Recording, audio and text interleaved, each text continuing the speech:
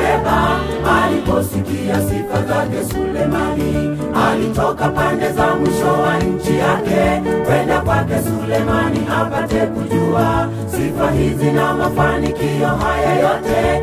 Umefanikiwa kwa namna gani wewe?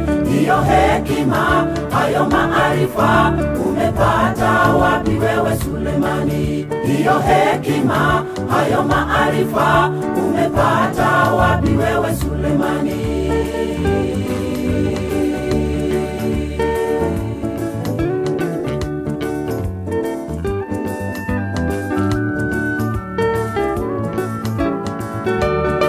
Mungu anapendezwa na watu wake wanaolicha jina lake na kumtukuza. Atawaketisha juu ya kiti cha enzi kwa niaba yake, nao watatawala milele zote. Mungu anapendezwa na watu wake wanaolicha jina lake na kumtukuza.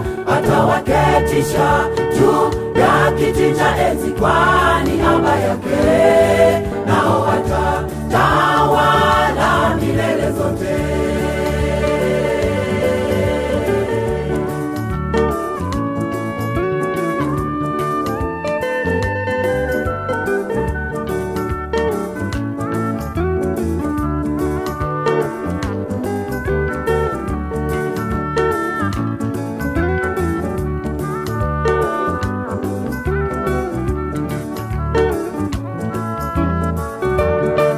Ndipo Sulemani kamjibu Malkia, hekima mafanikio unayoyaona hayatokani na nguvu zetu wenyewe, ila ni uweza wake Mungu kati yetu. Ndipo Malkia akajua na kusema, asifiwe Mungu wako kwa uweza wake aliyekupa hiyo hekima, udumishe haki uadilifu. Aliyekupa hiyo hekima, udumishe haki uadilifu.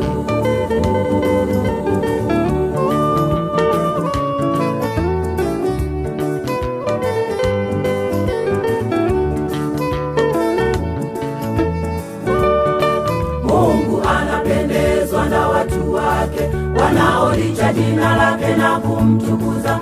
Atawaketisha juu ya kiti cha enzi kwa niaba yake, nao watatawala milele zote.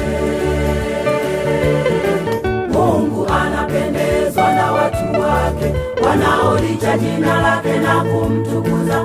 Atawaketisha juu ya kiti cha enzi kwa niaba yake, nao watatawala milele zote.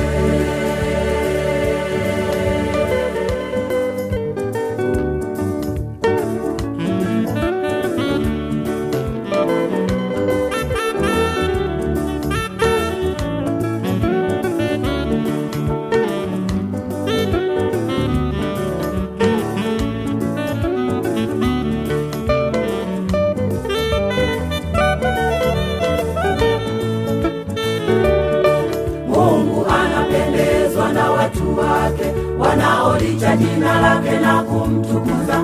Atawaketisha juu ya kiti cha enzi kwa niaba yake, nao watatawala milele zote.